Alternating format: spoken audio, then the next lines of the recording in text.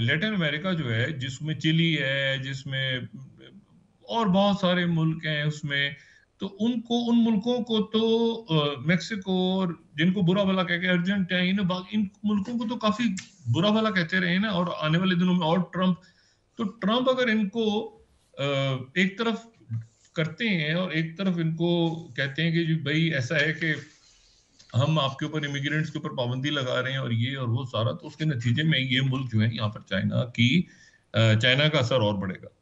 अच्छा, मैं आपको सिर्फ एक और बात बताऊं, मैं इसके ऊपर कुछ ज्यादा इसकी डिटेल नहीं आपसे सिर्फ कहना चाह रहा, लेकिन मैं आपको सिर्फ एक बात बताऊं कि दुनिया में हर मुल्क के ज़र मुबादला के ज़खायर होते हैं, डॉलर्स में होते हैं ज्यादा मुल्कों के।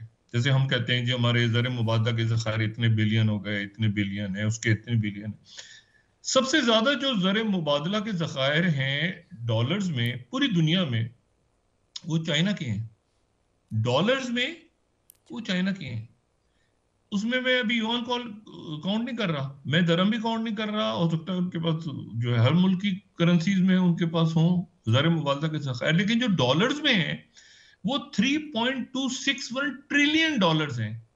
3.261 ट्रिलियन डॉलर्स। ये डॉलर्स जो हैं, ये मैंने कहा ना कि मैं बस यहाँ पे एक जुमला कह के रुक जाता हूँ। ये जो डॉलर्स हैं, चाइना ने जो डॉलर्स खरीदे हुए हैं 1990 और फिर 91 और 93, और उन्होंने फिर अपनी एक्सपोर्ट इंपोर्ट में उसको कन्वर्ट कर दिया था, वो डीवैल्यू किया था, उसको छोड़ें, मैं उस हिस्ट्री में नहीं जा रहा। चाइना के पास सबसे ज्यादा अमेरिकन डॉलर है। चाइना ने वो डॉलर कहाँ रखा हुआ है?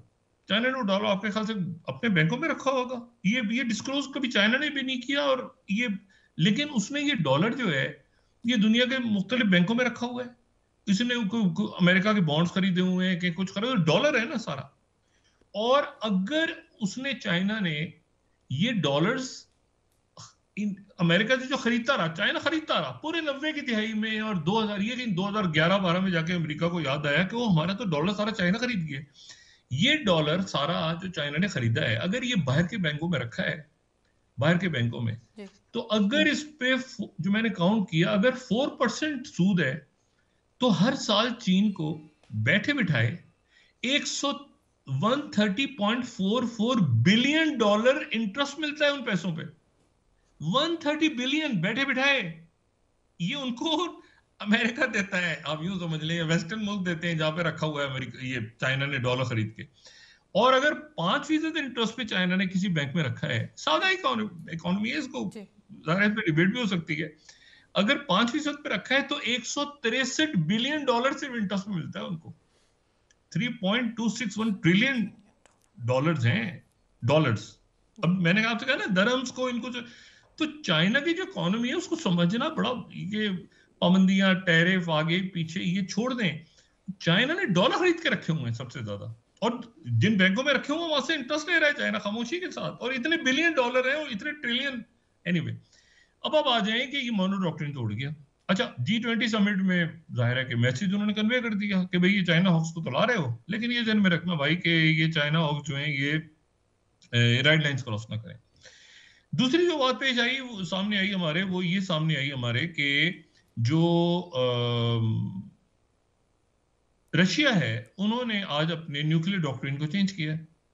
न्यूक्लियर डॉक्ट्रिन उन्होंने चेंज किया है, और उन्होंने कहा है कि जो न्यूक्लियर डॉक्ट्रिन हमारा इसलिए चेंज हो गया है कि इससे पहले तो ये था कि कोई न्यूक्लियर अटैक अगर होगा तो हम पहले करेंगे first strike, second strike, nuclear का जवाब न्यूक्लियर से देंगे। लेकिन आज जो उन्होंने न्यूक्लियर डॉक्ट्रिन चेंज किया है वो ये है कि अगर कोई मुल्क हमारे ऊपर हमला करे जो कि नॉन न्यूक्लियर हो, जो कि न्यूक्लियर पावर ना हो, लेकिन उसकी सपोर्ट कोई ऐसा मुल्क कर रहा हो जो कि न्यूक्लियर पावर हो, तो हम उसको भी अपने मुल्क पे न्यूक्लियर अटैक समझेंगे और हम जवाब में न्यूक्लियर अटैक ही करेंगे।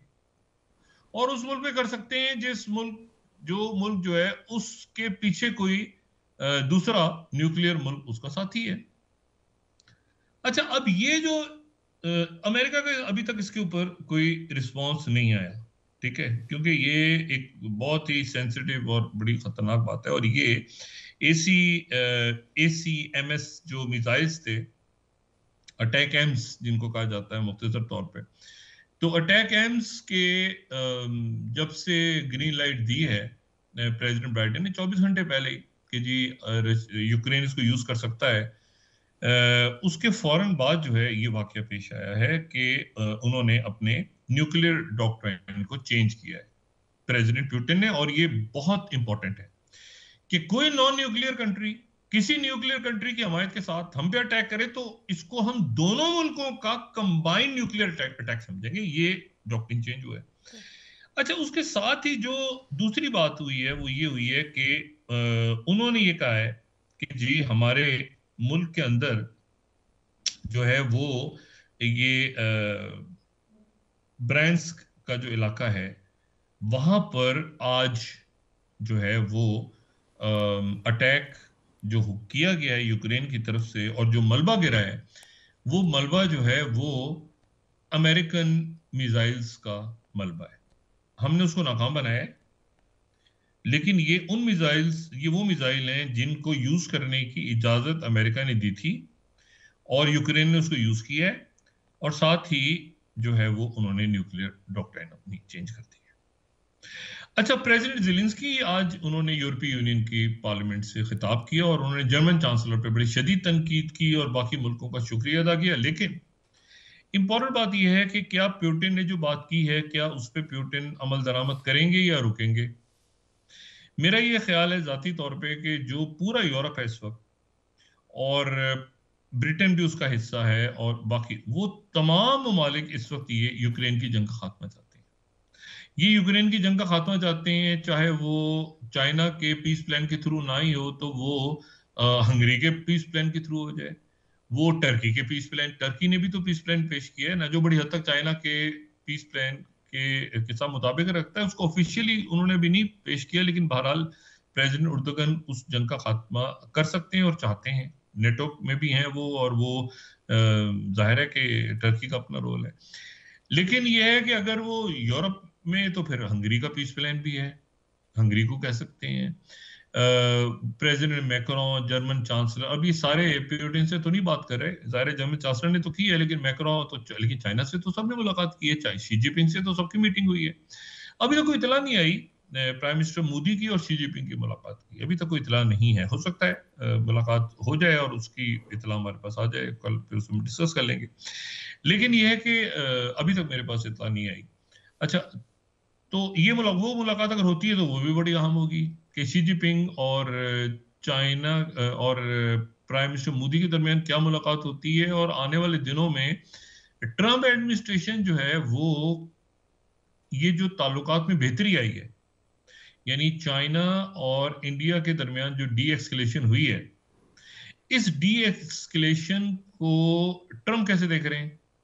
क्योंकि ट्रंप के टीम में तो हैं चाइना हॉक्स, तो चाइना हॉक्स को इतनी मोहब्बत तो नहीं है इंडिया के साथ, वो तो भाई स्ट्रेटेजिक मामला है ना, फ्री लंच तो कोई भी नहीं है।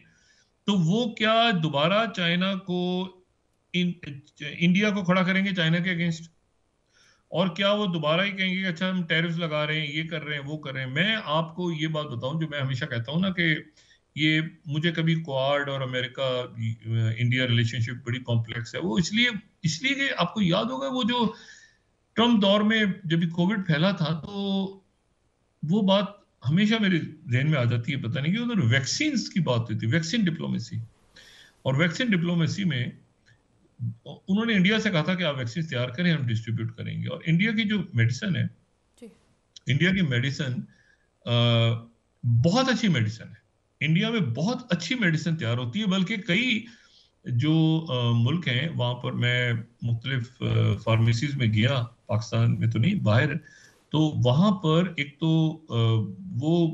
होता है ना कि वो जो ब्रांड्स हैं, वेस्टर्न ब्रांड आपको बड़ा मुतासर करती हैं, लेकिन उसके साथ ही पैरेलल जो एक बड़ी अच्छी मेडिसिन आपको मिलती है, वो कहते हैं कि जी इंडिया की मेडिसिन है, और उसमें हर्बल भी है, उसमें मुख्तलिफ, तो उनकी बड़ी अच्छी मेडिसिन। तो उन्होंने कहा जी आप तैयार करें, यहाँ पे वैक्सीन तैयार करें, इंडिया ने तैयार कर ली। उसके बाद इंडिया की जो वैक्सीन थी, मतलब एस्ट्राजेनेका थी, क्या थी, उसको अप्रूवल ही नहीं मिला पूरी दुनिया में। तो ये एक अजीब तरह का इत्तेहाद हुआ, और ये ट्रम्प दौर में ही हुआ था, ये कोविड ना जी डॉक्टर साहब। तो अब मसला ये बड़ा एक ट्रिक। अच्छा, उस वक्त तो खैर उन्होंने यूरोप से भी बंद कर दिया था सारा, वो तो एक क्योस फैल गया था दुनिया में। मैं सिर्फ ये कह रहा हूं कि अब देखिए ना, आने वाले दिनों के अंदर इंडिया और चाइना के दरमियान ताल्लुकात बेहतर हो रहे हैं, ताल्लुकात बेहतर हो रहे हैं, तो अब वो दलाई लामा का क्या करेगा इंडिया, क्या करेगा दलाई लामा का? और दलाई लामा प्रोजेक्ट था ना, एक जी प्रोजेक्ट दलाई लामा सीआई का, जी उसको क्या करना है? 2024 में क्या करना है उस 1956 या 52 या पता नहीं 57 के दलाई लामा प्रोजेक्ट का, या 62 के? तो ये वो इशू बड़ा हुआ है। फिर दूसरा इशू है कि क्या इंडिया करेगा ये सारा, अब करेगा इस सूरत हाल में? और क्या इंडिया वहां तक जाएगा जहां तक कोई भी मुल्क नहीं जा रहा? कोई भी मुल्क नहीं जा रहा पूरे पैसिफिक में। मतलब फिलीपीन भी एक हद तक जाता है, फिर ठंडा हो जाता है, फिर बाकी चाइना के साथ अगेंस्ट कोई भी नहीं जा रहा है इस वक्त। यूरोप भी खुल रहा है। तो अमेरिका जो है वो, ये तो कह रहे हैं चाइना हॉक्स, लेकिन वो चाइना हॉक्स जो है, फिर वो प्रेशर किस, मतलब प्रेशर किस पे आएगा उस चाइना हॉक्स का प्रेशर? मतलब देखिए, पाकिस्तान के ऊपर क्या प्रेशर आएगा कि आप चाइना से अलग हो जाएं? सवाल ही पे